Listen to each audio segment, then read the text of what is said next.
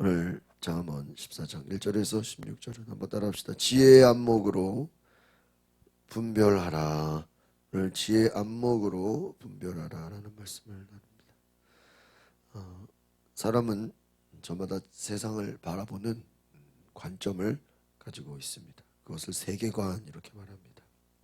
우리 그리스도인들은 성경적인 세계관으로 바라봐야 한다는 것입니다. 지혜의 안목으로 세상을 바라보고 사람과의 관계를 또 바라보고 하나님의 뜻에 맞는 삶을 살아야 한다는 것입니다. 지혜가 없다면 잘못된 결정을 내리게 되고 많은 시간을 허비하게 된다는 것입니다.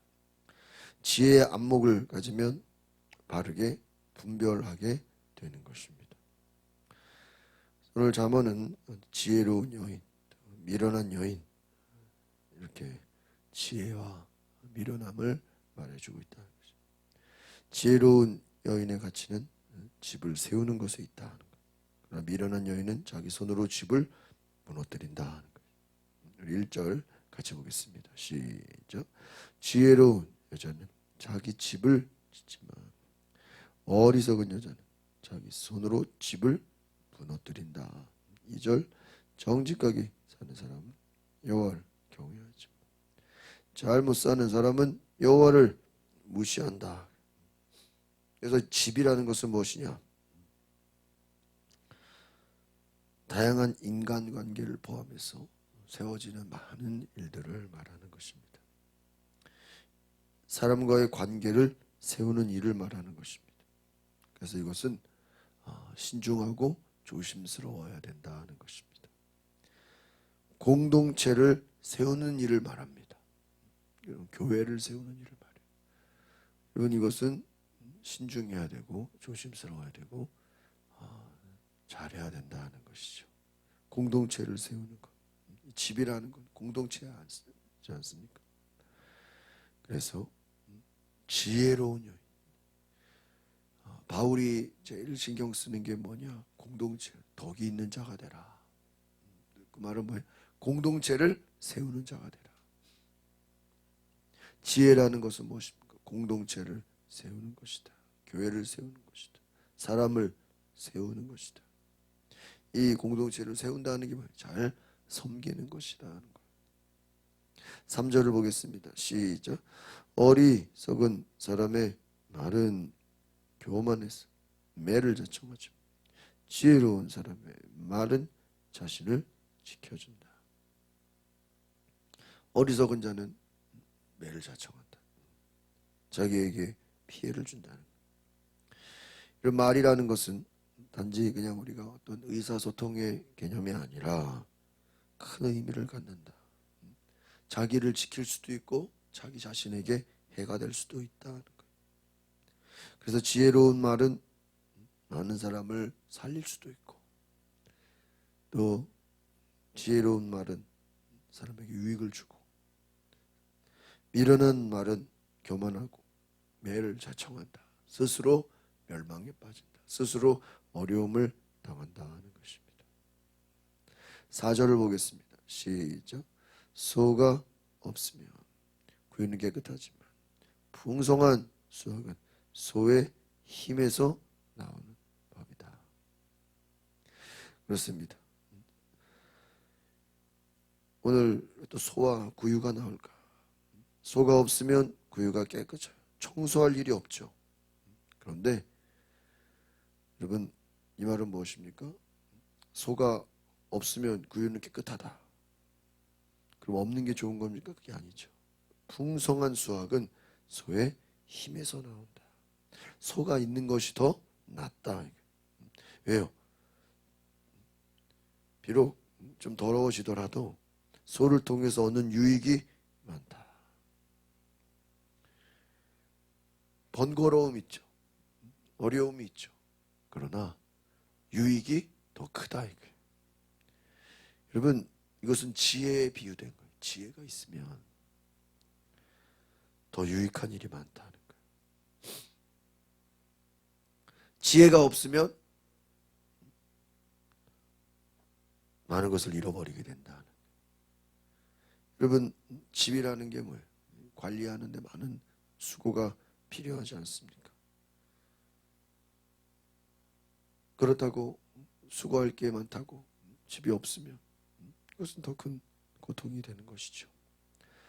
5절을 같이 보겠습니다. 시작. 믿을 만한 증인은 거짓말하지 않지만 거짓 증인은 거짓말을 쏟아낸다.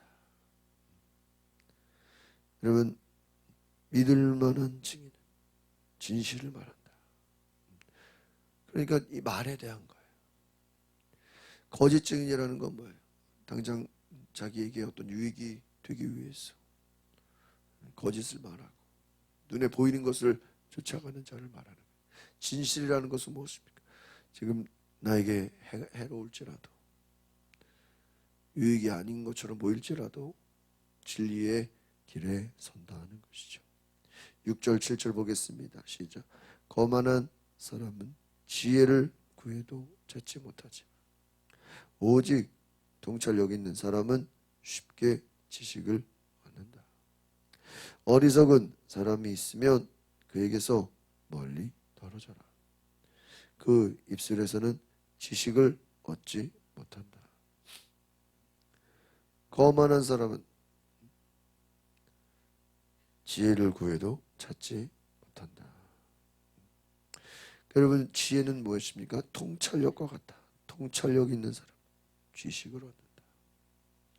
어리석은 사람은 어울리면 그 영향을 받는다는 것이죠. 지식을 얻지 못한다. 오늘 저와 여러분이 지혜의 길, 믿음의 길을 갈 수 있기를 바랍니다. 통찰력 있는 사람이 되라. 이것은 무엇입니까? 성령님이 주시는 거예요. 지혜의 근원이 누구입니까? 성령님입니다. 성령을 통해서 지혜와 지식과 믿음의 길을 가는 은혜가 있기를 바랍니다. 8절 9절 보겠습니다. 시작. 현명한 사람의 지혜는 생각하고 행동하게 하지만 어리석은 어리석음은 자기를 속이게 한다. 어리석은 사람은 죄를 우습게 보나 의인들 가운데는 은총이 있다. 여러분, 오늘 8절 참 중요합니다. 현명한 사람의 지혜는 생각하고 행동하게 한다. 그러니까 생각을 한다. 깊이가 있다. 신중하다 하는 것. 함부로 행동하지 않는다는 것.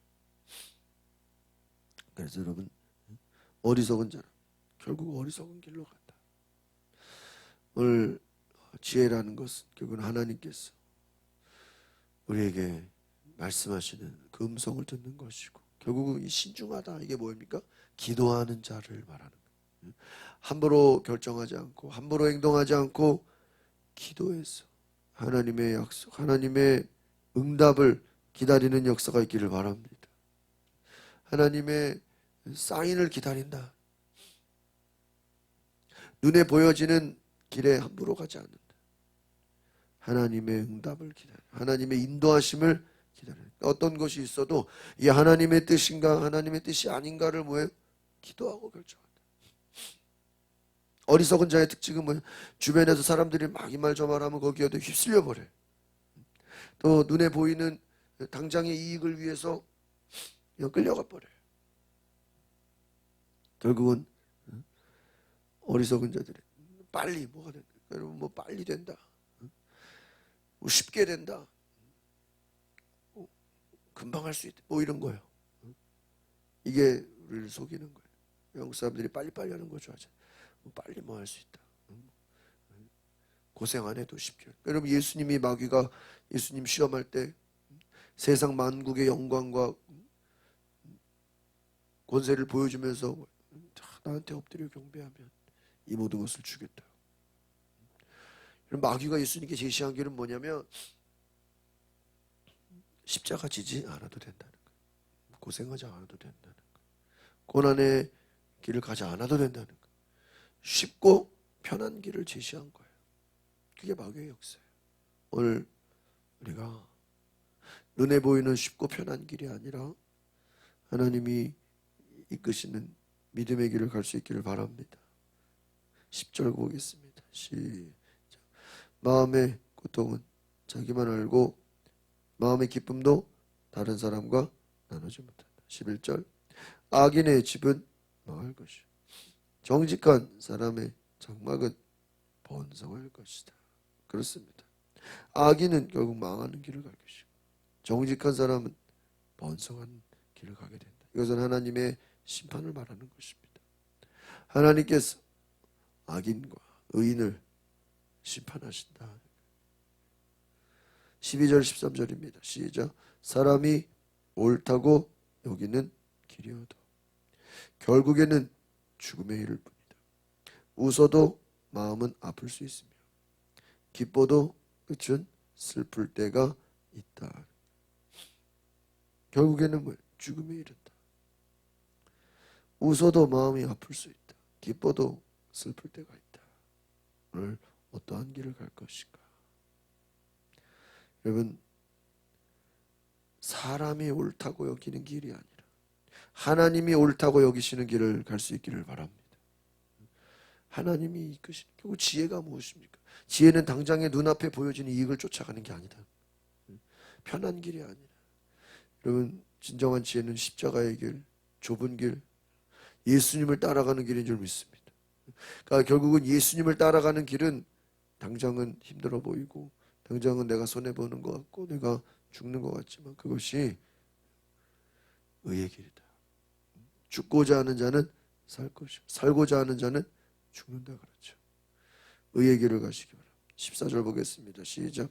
마음이 타락한 사람은 악한 행위로 보응이 가득 찰 거리라. 선한 사람은 자신의 행실로 보상을 만족하게 받는다. 할렐루야. 여러분 인생은 단순하지가 않아요. 처음에는 기쁜 일인 것 같지만 나중에는 슬픈 일로 결론 날 때가 있고요. 또 처음에는 힘든 일 같지만 나중에는 기쁨이 되기도 합니다. 보이는 것이 전부가 아니다. 지혜라는 건 눈에 보여지는 것이 판단되는 게 아니라는 거예요.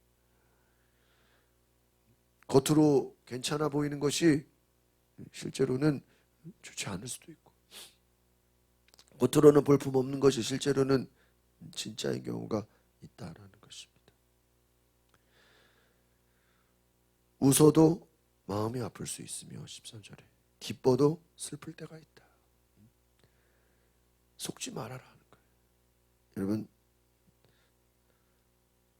사람이 옳다고 여기는 길이 결국에는 죽음에 이른 위험한 길일 수 있다. 조심하라 하는 거예요. 14절 보겠습니다. 시작. 마음이 타락한 사람은 악한 행위로 보응이 가득 찰 것이요 선한 사람은 자신의 행실로 보상을 만족하게 받는다.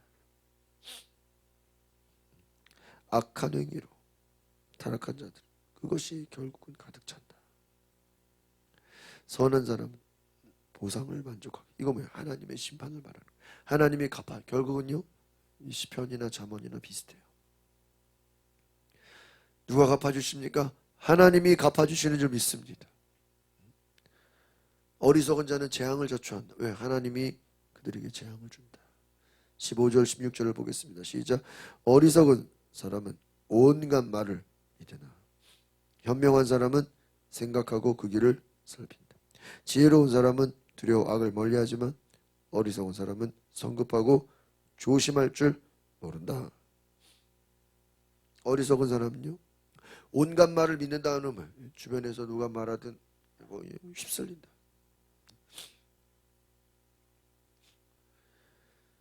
현명한 사람은 생각한다. 이게 기도한다 하는 거예요. 마귀가 뱀이 하와를 유혹할 때 하와가 뭐라 그랬어야 돼요? 야, 남편하고 선악과 먹을지 남편하고 상의하고 결정하겠다. 그럼 먹을까요? 안 먹을까요?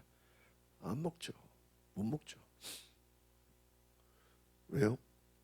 온갖 말을 믿으나 마귀의 말을 뭐 한 거예요? 믿은 거예요. 속은 거예요. 기도하고 결정하는 은혜가 있기를. 기도해보고 그 길을 가야 돼요. 오늘 하나님이 주시는 지혜의 길은 믿음으로 순종하고 하나님 앞에 낮아지고 정말 응답을 받는, 하나님의 인도함을 받는 은혜가 있기를 바랍니다. 결국은 기도다 하는 거예요. 지혜는 어디에서 나와요? 기도하는 자에게서 지혜가 나와요. 성령의 감동으로부터 지혜가 나와요. 분별력에는, 그러니까 인간의 힘은요, 내버려두면 다 어리석은 자로 가게 돼 있어요. 다 속아 넘어가고 눈에 보이는 현실에 끌려가고 무엇이 진짜인지 알지 못하고 당장 지금 내 눈앞에 좋아지는 길만 택하다가 결국은 어리석은 일을 당한다 하는 거예요. 오늘 저와 여러분이 지혜로운 자로 하나님 앞에 온전히 나아가는 귀한 은혜기를 소망합니다.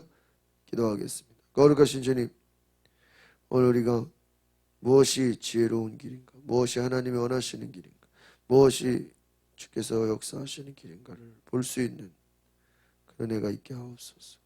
성령께서 우리 가운데 찾아와 주시고 교련해 주시고 지혜롭게 쓰임받는 길이 무엇인지 알게 하옵소서. 예수 그리스도 이름으로 기도하옵나이다. 아멘.